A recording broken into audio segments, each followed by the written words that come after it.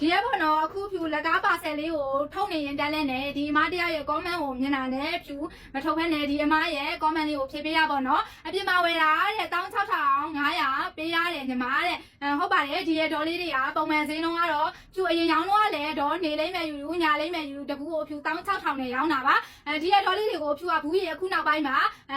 ရောင်းလဲသွက်တယ်နော်တောင်းတဲ့ customer တွေတော်တော်များများလေဒီရဲ့ဒေါ်လေးတွေကြိုက်တာအတွက်ဖြူကဒီရဲ့ဒေါ်လေးတွေကိုဘူးရည်တွေအများကြီးချင်းနဲ့နောက်တစ်ခုကဖြူရဲ့ customer အဟောင်းလေးတွေရောနောက်ထပ် customer အသစ်လေးတွေကိုအတွက်ကိုဖြူကလက်ဆောင်ပေးချင်တာအနေနဲ့ဖြူရဲ့အမျက်ထဲကနေပြီးတော့ဖြူရဲ့အမျက်ကိုရှော့ယူပြီးတော့ဖြူရဲ့16000တန်နဲ့ဒီရဲ့ဒေါ်လေးတွေကိုတကူကို13000နဲ့ရှော့ရောင်းတာပါအစတော့ဖြူရဲ့ customer လေးတွေဖြူကခေါင်းစည်းခွင်းပေးမယ်ဆိုပြီးတော့စီစဉ်ထားတာပေါ့နော်ဒါပေမဲ့တချို့ customer ဝက်ချန်ဖြစ်တဲ့တချို့ customer အမျိုးသားလေးတွေကလည်းလာဝယ်ကြတယ်အမျိုးသားလေးတွေကြအဆင်မပြေတော့ဖြူကဒီလိုမျိုး16000တန်နဲ့ဒီရဲ့ဒေါ်တွေကိုဖြူရဲ့အမျက်ထဲကနေပြီးတော့13000နဲ့ရှော့ရောင်းတာဖြစ်ပါတယ်ဖြူရဲ့အမျက်ကိုနည်းနည်းလေးယူပြီးတော့ customer တွေအဆင်ပြေဖို့ရာဖြူကလက်ဆောင်ပေးတာဖြစ်ပါတယ်ဒီရဲ့ဒေါ်လေးတွေကပုံမှန်ဈေးနှုန်းကတော့16000ပဲရှိတာပါဒါပေမဲ့ဖြူကဖြူရဲ့အမျက်ကိုရှော့ယူပြီးတော့ဖြူရဲ့ customer လေးတွေကိုဖုံးပေထည့်ပေးတဲ့အနေနဲ့13000နဲ့ရောင်းချပေးတာဖြစ်ပါတယ်ရှင်